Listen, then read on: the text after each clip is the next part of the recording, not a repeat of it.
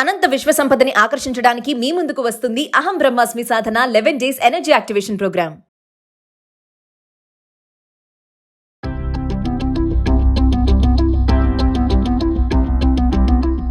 నమస్కారం, నేను మీ అడ్వకేట్ సంగీత. బెంగళూరులో ఏ షాప్స్ ముందు చూసినా సరే నో యూపీఐ ఓన్లీ క్యాష్ అనే బోర్డులు దర్శనమిస్తున్నాయి. ఎందుకు అనంటే బెంగళూరులో ఎక్కువగా బిజినెస్ అనేది ఎక్కువగా జరుగుతూ ఉంటుంది. టర్న్ ఓవర్స్ కూడా ఎక్కువగా కంపేర్ టు అదర్ స్టేట్స్ లో చూసుకుంటే చాలా మంది కూడా అక్కడికి వెళ్తూ ఉంటారు.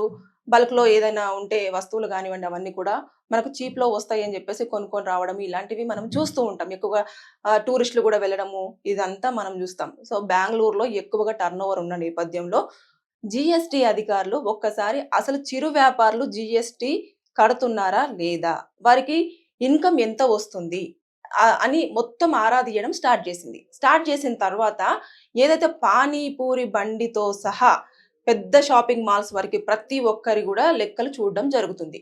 జరిగిన నేపథ్యంలో ఏదైతే రోడ్డు మీద పెట్టుకునే పానీపూరి బండి అతను కూడా డైలీ మినిమం ఒక 4,000 to 5,000 అనేది సంపాదించడం జరుగుతుంది.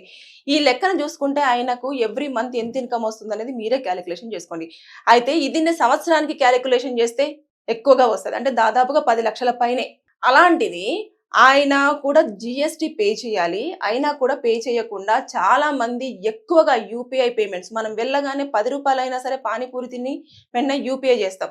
చిన్న ఏదన్నా షాప్ లో కొనుక్కుని చాక్లెట్ కొనుక్కున్నా సరే అదొక 10-20 రూపాయలైనా మళ్ళీ యూపీఐ చేస్తాం. 1 రూపీ అయినా సరే మనము జీపే కానీ ఫోన్ పే కానీ పేటిఎం కానీ ఇవన్నీ కూడా మనము చేస్తూ వస్తూ ఉంటాం.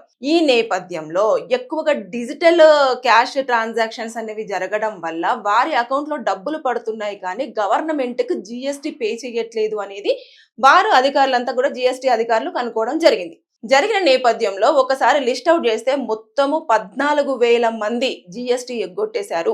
జిఎస్టి కట్టకుండానే వారి బిజినెస్లు అనేవి చేయడం జరుగుతుంది అని చెప్పేసి ఒక 5,500 మందికి నోటీసులు ఇష్యూ చేశారు.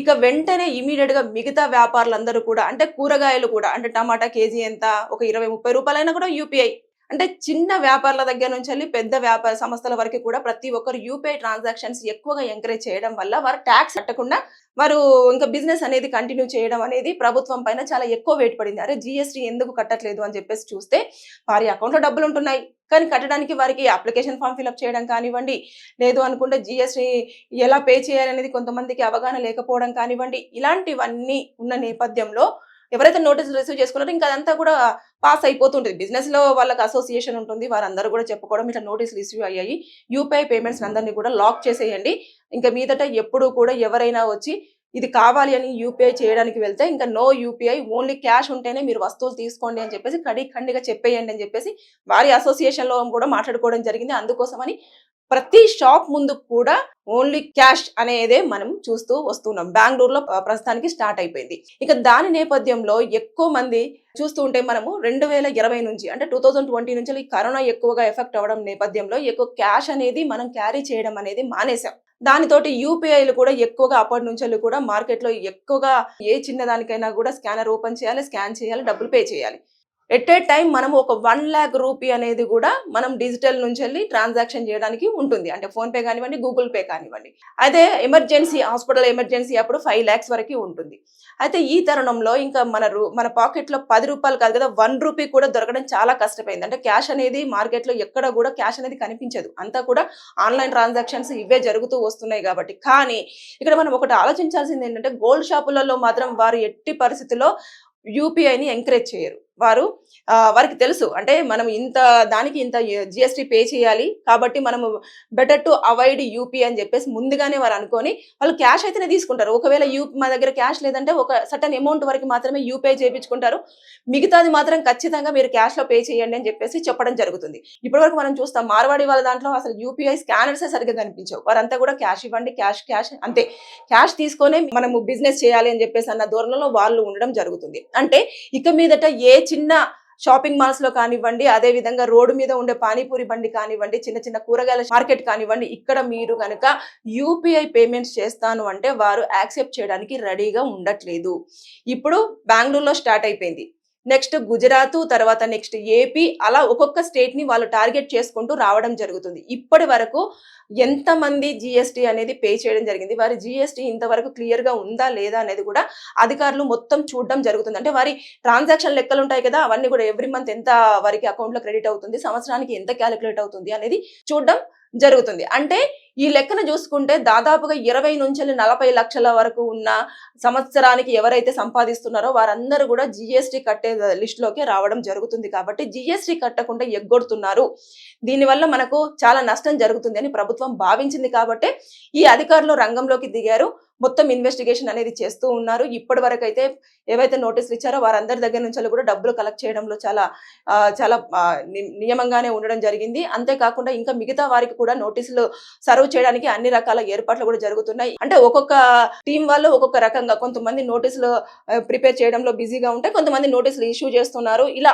మొత్తం ఎవ్రీథింగ్ మొత్తానికైతే వారి దగ్గర నుంచి ఇప్పటి వరకు వారు అనుకున్నంత జిఎస్టీ వచ్చిందా లేదా, ఒకవేళ రాకపోతే కట్టించుకున్న తర్వాతనే మీ బిజినెస్ స్టార్ట్ చేయాలి అని చెప్పేసి అన్న ధోరణిలోనే ఉండడం జరుగుతుంది. లేదు అనుకుంటే ఇప్పుడు ఏదైతే బిజినెస్ ఉంటుందో దానికి ఇక మీదట మీరు క్యాష్ తీసేసుకోండి, కానీ జిఎస్టీ మాత్రం కంపల్సరీగా, అంటే రోజుకు 5,000 నుంచి 10,000 సంపాదించే వారు కూడా జిఎస్టీ కిందికే రావడం జరుగుతుంది అని చాలా క్లియర్ గా చెప్పడం జరిగింది. ఇక మీదట కనుక మీరు ఏదన్నా షాపింగ్ కి వెళ్తే ఇంకా క్యాష్ అవసరం లేదు, ఏటీఎం అవసరం లేదు, స్కానర్ ఉంది కదా అక్కడికి వెళ్ళిన తర్వాత స్కాన్ చేసి డబ్బులు వేసేద్దాము అని చెప్పేసి అంటే వారు ఎట్టి పరిస్థితుల్లో ఒప్పుకోవడానికి లేదు. ఎందుకంటే రెవల్యూషన్ స్టార్ట్ అయిందని మనం అనుకోవచ్చు. బెంగళూరులో మొత్తం ఏ షాప్ ముందు చూసినా కూడా చిన్న పానీపూరి కానివ్వండి, కూరగాయల మార్కెట్ కానివ్వండి, బట్టల షాప్ కానివ్వండి, ఏ బిజినెస్ చూసుకున్నా కూడా వారు నో యూపీఐ, ఓన్లీ క్యాష్ ఇవ్వండి, మీ వస్తువులు మీరు తీసుకెళ్ళండి అనే ధోరణిలోనే మీరు ఎంత షాపింగ్ చేసినా సరే యూపీఐ పేమెంట్స్ మాత్రం మేము యాక్సెప్ట్ చేయమని చెప్పేసి చాలా నిక్కచ్చిగా చెప్పేయడం జరుగుతుంది. కాబట్టి ఇక అన్ని స్టేట్స్లలో కూడా మిగతా వ్యాపారులు కూడా అలర్ట్ అయ్యే అవకాశాలు ఉంటాయి. కాబట్టి మనకు ఇక మీదట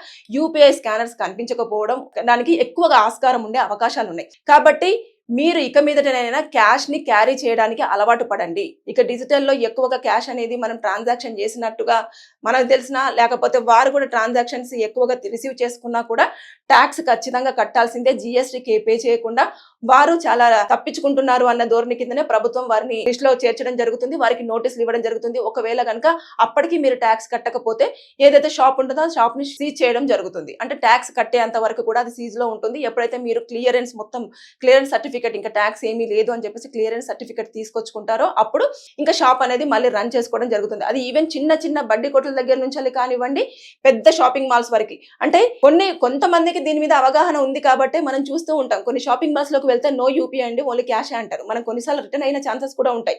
మళ్ళీ వెళ్ళి ఏటీఎం కార్డులో డ్రా చేసుకొని ఏం రావాలని చెప్పేసి ఎక్కడైతే యూపీఐ ఉంటుందో అక్కడికి వెళ్ళేసి మన డబ్బులు స్కానర్ తోటి మనం డబ్బులు అనేది వాళ్ళ అకౌంట్ లో జమ చేయడం జరుగుతూ ఉంటుంది. ఇక మీదట మనం మాత్రం కంపల్సరీగా మార్కెట్లో వస్తున్న దాన్ని ఎప్పటికప్పుడు మనము పరిశీలిస్తూ ఉండాలి.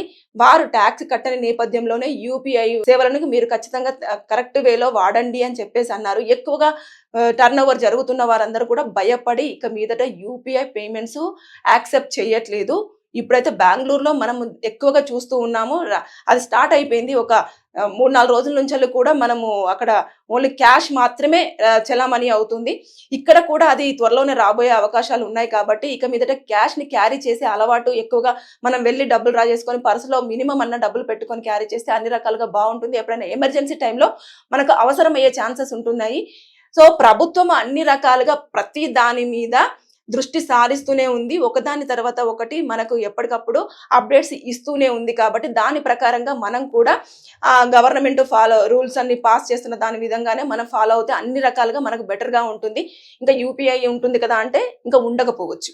అంటే మనకు యూపీఐ రెవల్యూషన్ ఎంతవరకు మనం రిసీవ్ చేసుకున్నాము. చాలా మంది ఇప్పుడు చదువు రాని వాళ్ళు కూడా ఖచ్చితంగా స్కానర్ ఓపెన్ చేయాలా, డబ్బులు కొట్టడం వచ్చిందా, పిన్ కొట్టామా, ఇంకా డబ్బులు వెళ్ళిపోయాయా, ఆ సౌండ్ వస్తుందా లేదా, వారికి అంతవరకు తెలుసు. ఇంకా మిగతా వాళ్ళందరూ కూడా ఓకే మీకు వచ్చేసాయి అని చెప్పేసి వారు డబ్బులు వచ్చేసాయని చూపించడం స్కానర్ తోటి ఇవన్నీ జరుగుతున్నాయి కదా. ఇక మీదట అవన్నీ కూడా క్లోజ్ అయినా కూడా ఆశ్చర్యపోనవసరం లేదు. ఎందుకంటే ఏదైతే ట్యాక్స్ ఉంటుందో వారు జిఎస్టీని పే చేసే వారందరూ కూడా వారు బర్డెన్ గా ఫీల్ అవుతున్నారు. కాబట్టి ఎక్కువగా టర్న్ ఓవర్ జరిగే వారికి నష్టం వాటిల్లే అవకాశాలు ఉన్నాయి. కాబట్టి దాని నేపథ్యంలో వాళ్ళు ఇక మీదట ఓన్లీ క్యాష్ అనేది మాత్రమే మార్కెట్లో ఎక్కువగా వచ్చే ఛాన్సెస్ కూడా మనం చూడబోతామని నేనైతే అనుకుంటున్నాను.